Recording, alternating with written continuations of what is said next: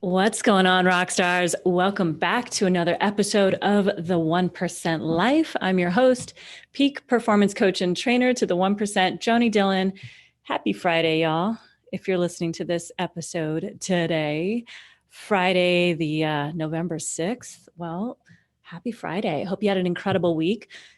And today's episode is meant to expand your thinking. It's meant to expand your beingness in every area of your life, whether it's your sales, your relationships, your health, your finances, every single area of your life. I'm going to probably take a little bit of a focus in two specific areas, which is sales and relationships, because this one hits home for me. So if you're listening to the 1% Life, and you might be hearing some background noise right now, my partner's getting ready to do a weekend-long event. Please forgive that in advance. In the next office next to me. So today's episode is for you if you are ready to ascend to a higher level of connection, personal connection in your relationships with your significant other, even with your friends, your team members, perhaps, and those who you interact with on a daily basis. And also, if you want to just ascend to a higher level of connection in your sales, right? Sales is all about connection. And are we creating the connection necessary to move somebody forward out of their problem and into the solution? It's also for you if, by the way, let me know that you can hear me, for those of you listening to me live, and let us know where you're tuning in from. So it's also for you if you are willing to get uncomfortable, to break through to that next level of success in those different areas of your relationships, your sales, your, everything that you can think of. I like to break life down into three main categories. And there's actually a fourth that I personally resonate with, and that is your health, your wealth, and that has to do with your career, your business, sales, all of that falls under there, and your relationships. And then the fourth category is, spirituality, your connectedness to your higher power. But I typically talk about those three areas. And then every once in a while, we'll dive into the fourth, which is your connection with your higher power, your spirituality. You may refer to it as religion. Not in this episode are we going to really dive into that area, but perhaps you could, using the same tools that I'm going to talk about and the thinking that we're going to talk about today. All right. So here's what we're talking about. Also, there's one more area that this episode you will know that it's for you. If you could be leading more of your potential buyers out of their stuck not buying or stuck not taking action into really taking some serious inspired action that day, right? You're moving them out of the no and into the yes. And if you'd like to learn how to do that better, well, definitely listen to today's topic, because in today's episode, really, it's going to help you do just that. All right. So what are we talking about? We're talking about the power of self-awareness in your relationships, in your sales, and in your life. And man, that word, or those words of self-awareness, are words that I feel like many of people out there really aren't willing to look at, right? And it's so easy to be able to take the stance of looking outside of ourselves, right? Looking at the person, looking at the situation, looking at the circumstance around us, right? We just are in the middle of a crazy, contentious election right now, and people's emotions are heightened. Their values are being questioned for many of them, and feeling threatened, really, if they look at, either side of the equation, right? Whatever side that you're on, or if you're not apolitical, well, then maybe you're somewhere in the middle, right? But there's a lot of heightened emotions and sentiments that are really going on right now. And that just happens to be right now, right? You can take any other given point in time in history, the last 7-8 months, that what we've been experiencing in terms of the big C, and we can look outside of ourselves to blame the situation, the circumstance, or thing for why we are where we are, right? Why it's impacted our sales, and there can be some real truth to that, for sure. I mean, gosh, 95% of my clients and an industry that I served, they lost their jobs overnight during this whole mess. Like 95% of my previous clients and potential, like my market, right? Those people who follow me lost their jobs overnight in the hospitality industry in particular. And so, yeah, there's truth to, all of a sudden not having an income or not having a means by which to sell.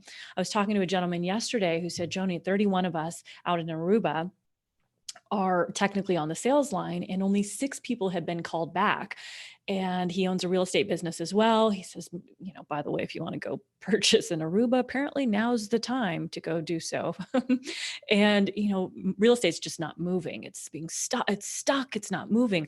And so he's like, has every reason and incentive to prove to his management that he needs to get back on the floor, get back to working at, for him, it was Marriott, and so he can make money. He said the 6 people who are there are crushing it. They're selling deals like crazy, right? So there's the effect, being at the effect of what's going on in the economy, meaning there's a certain reality to maybe all of a sudden you find yourself without a job, without a form of income coming in. And then there's the point at which you could say, so at what point am I going to do something about it? At what point am I going to take action or inspired action to create a change? How long am I willing to sit around and not get something accomplished or done, meaning get some income coming in?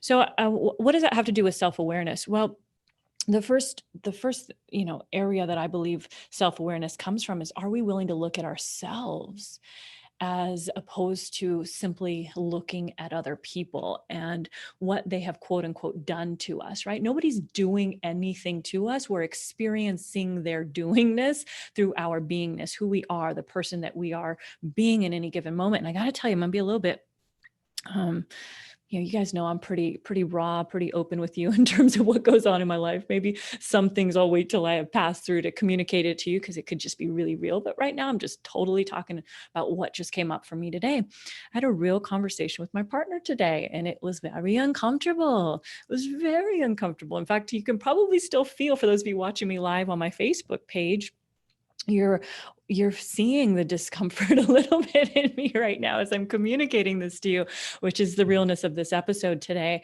And it had to do with self-awareness and being willing to look at me and who I am being in relationship.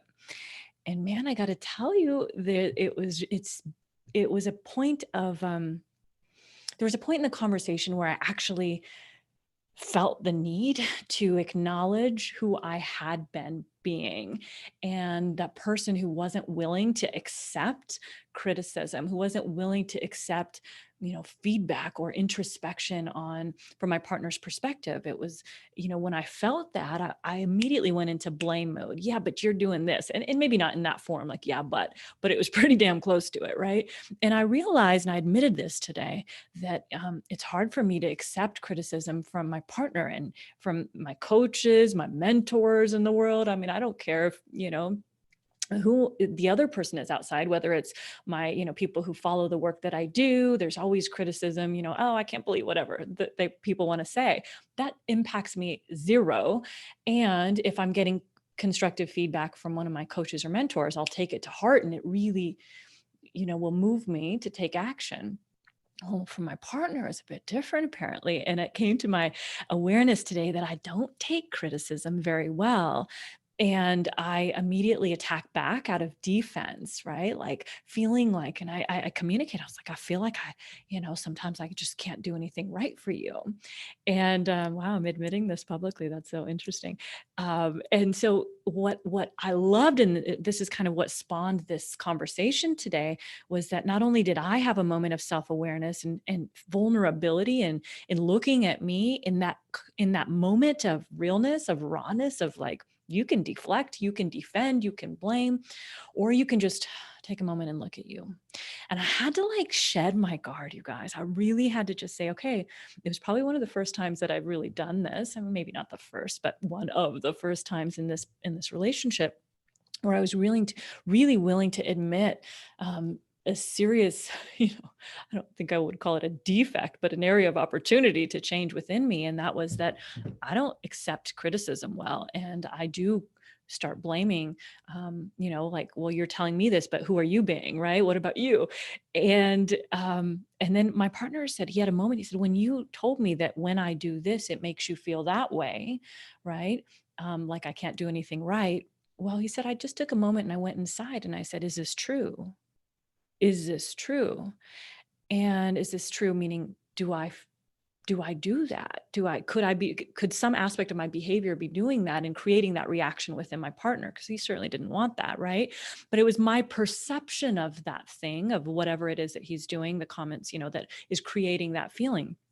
And so this is called self-awareness, right? And it goes from both ends, and you can't control what the other person does. We just are both two individuals who are, more times than not, willing to look at ourselves and do the work. And as uncomfortable as it is, and I realize that, I've really been resisting a lot of work in relationship. I've been resisting a lot of internal self-work. And I'll do it in every area of my business. I'll do it with my, if something's coming up with a client, I'll look at me and saying, where's this behavior coming from that's showing up within a client or a business partner? But I realize that I'm a little less willing to do that in partnership. And so, I'll say that I'm willing, but am I actually going to the extreme of doing the internal work that's difficult? That's, you got to look at yourself and say, do I like this person right now, or not? And oftentimes what we'll realize is that there can be self-sabotaging patterns that occur in every area, from business to, I've had my share of self-sabotaging patterns in business and sales.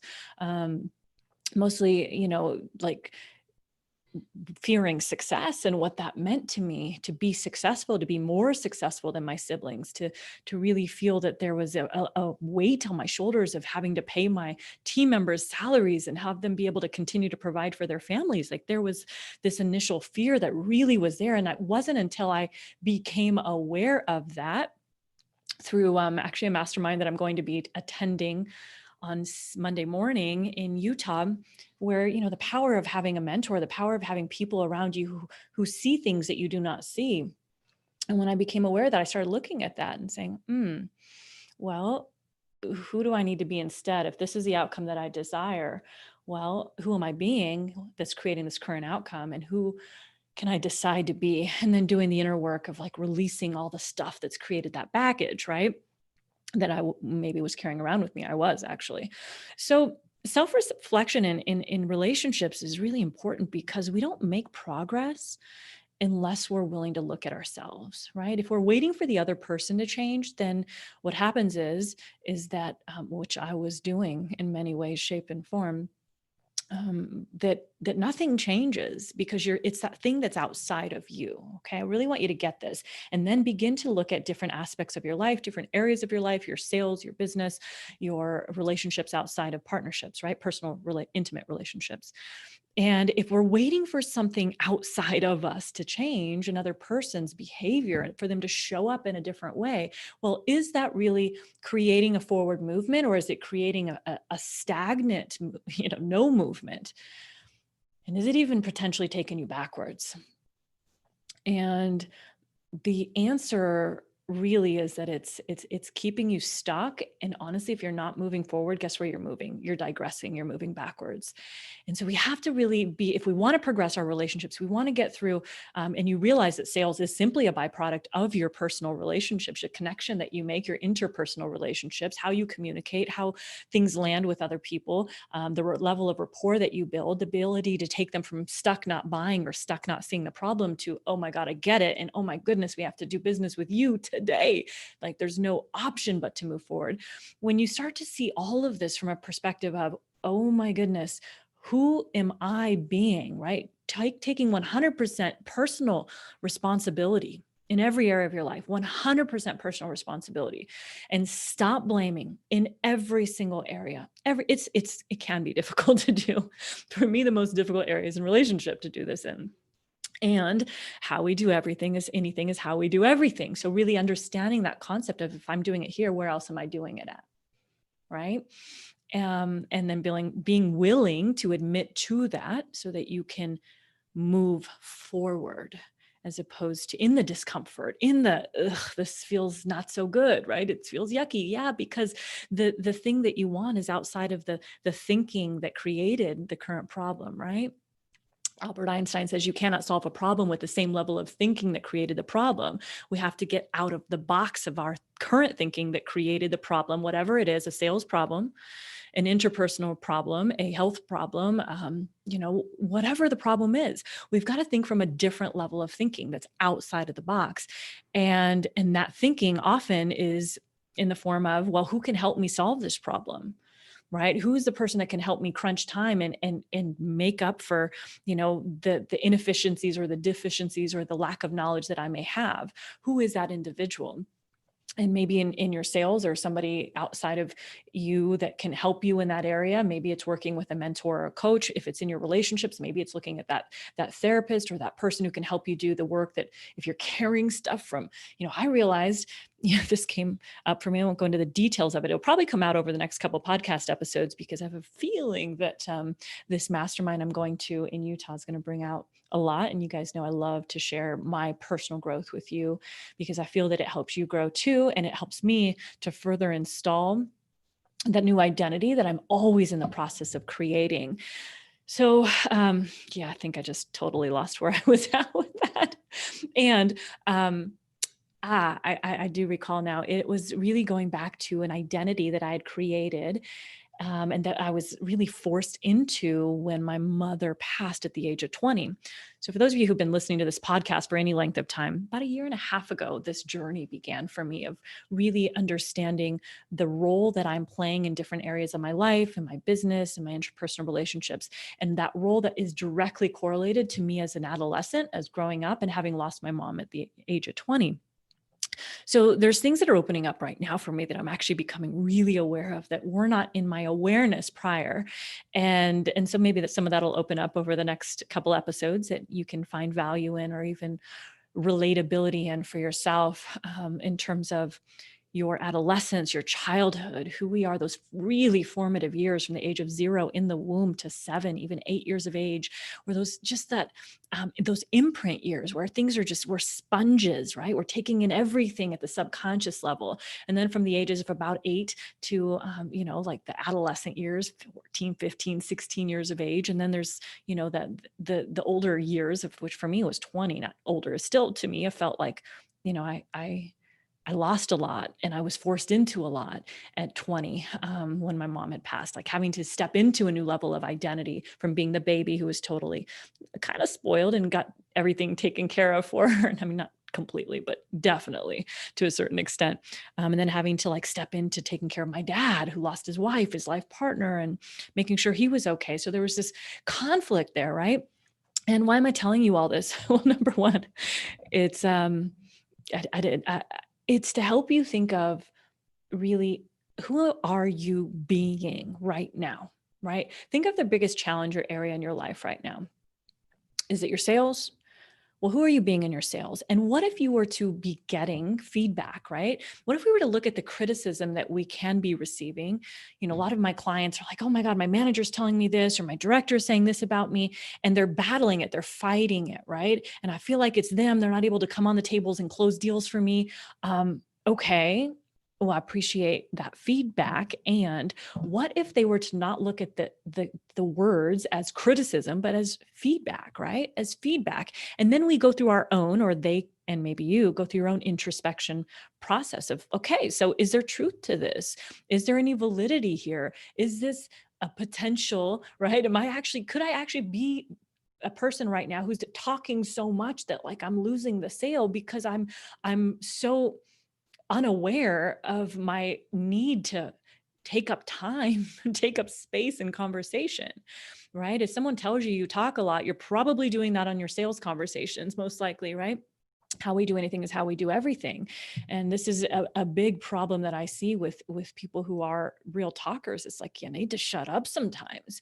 And that is a skill that you learn, that you acquire, the need to not fill space, but the need to, or the ability rather, to listen to your potential buyer, your prospect, your client who's talking, who's communicating with you, and to hear what they're saying from not being 10 steps ahead, but being really present with them in that conversation and getting the feedback. And for those of you who work alone, like, you might not be getting a lot of feedback because you don't have somebody who's seeing your sales process, right? Well, this is where it's important to really work with and have the accountability of having mentors, having people who are playing up here where maybe you're here to see who you're being and how you're being, and to bring you up, right? Through creating that level of awareness that you may be lacking right now.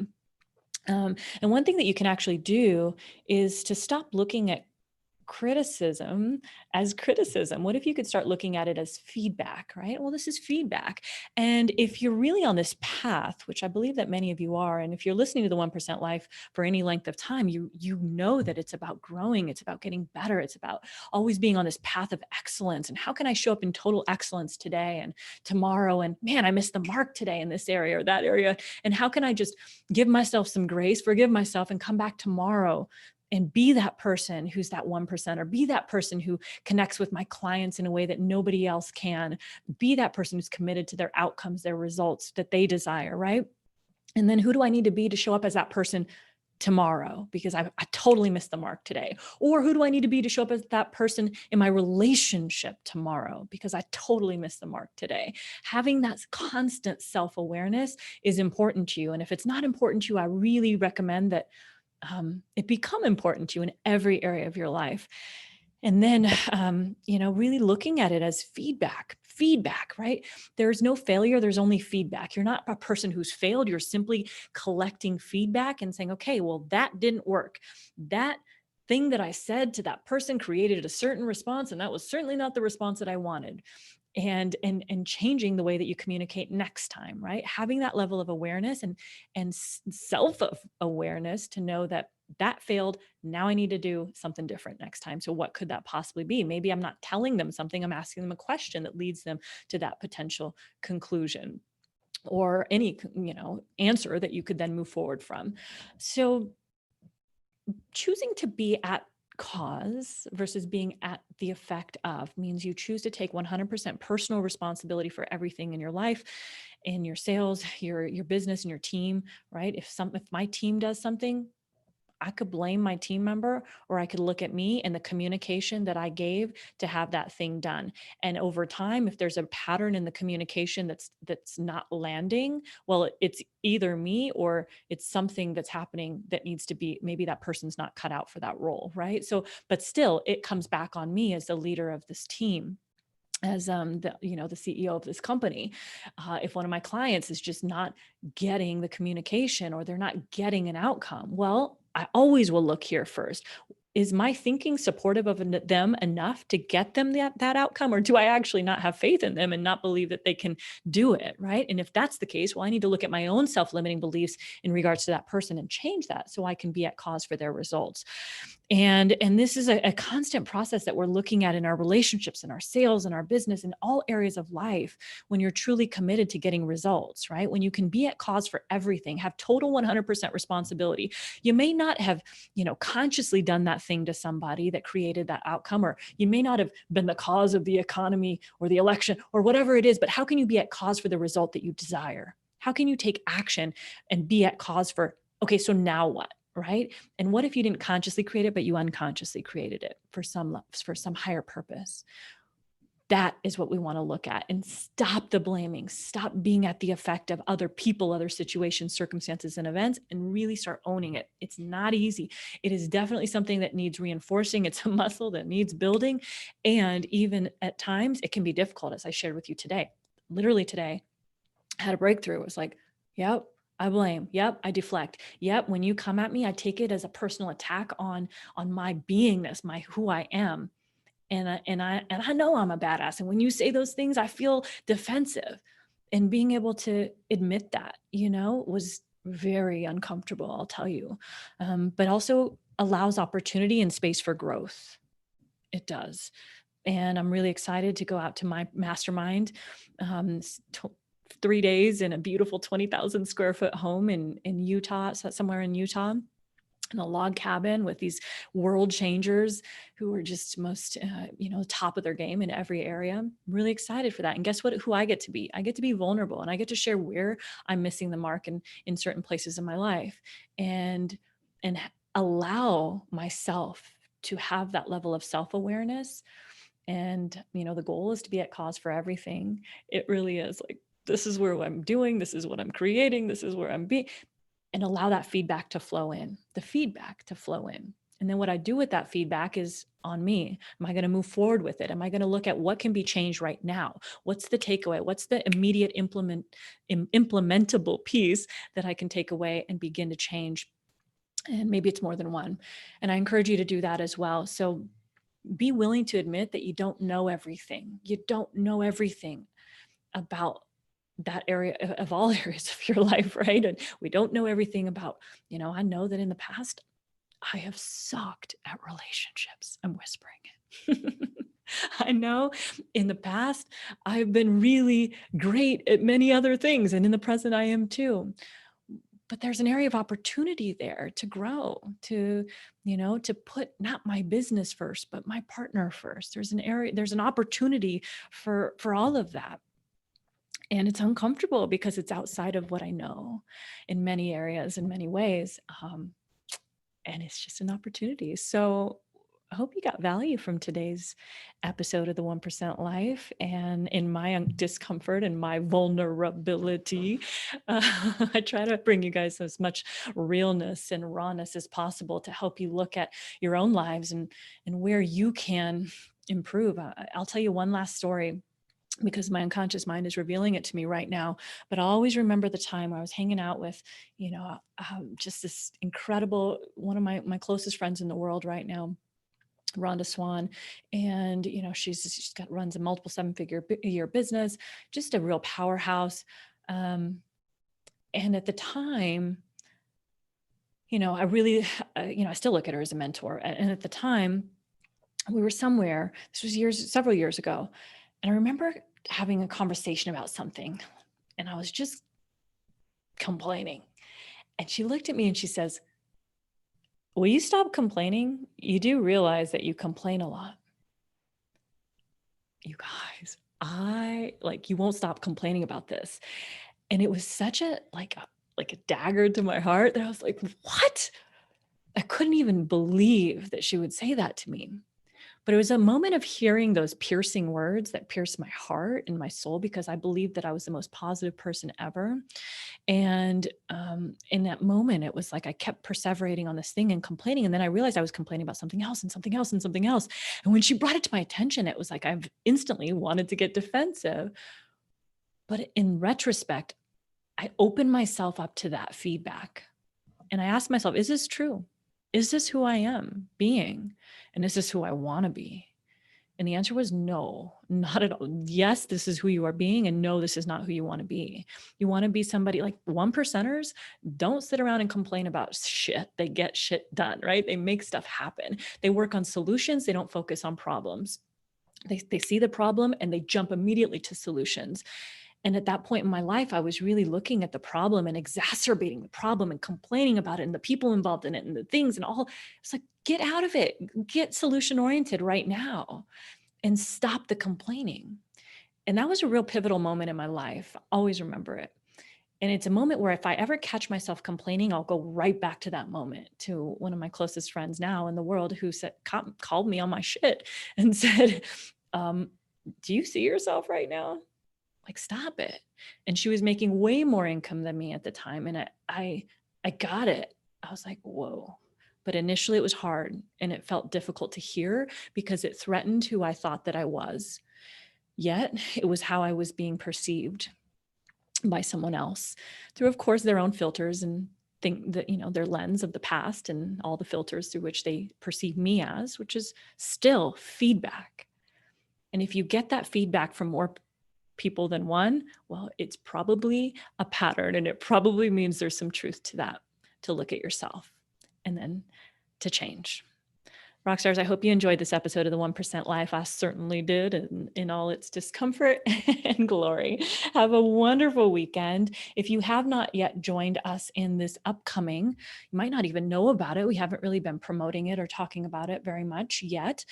The Get Primed Challenge. The last challenge we had was a complete and total success. Massive wins, massive shifts, massive mind-blowing moments of people selling deals and the biggest deals they've ever sold. And we had a gal who'd hadn't sold anything all year practically. She started selling every single client she talked to in a day. She's like, I'm selling everybody.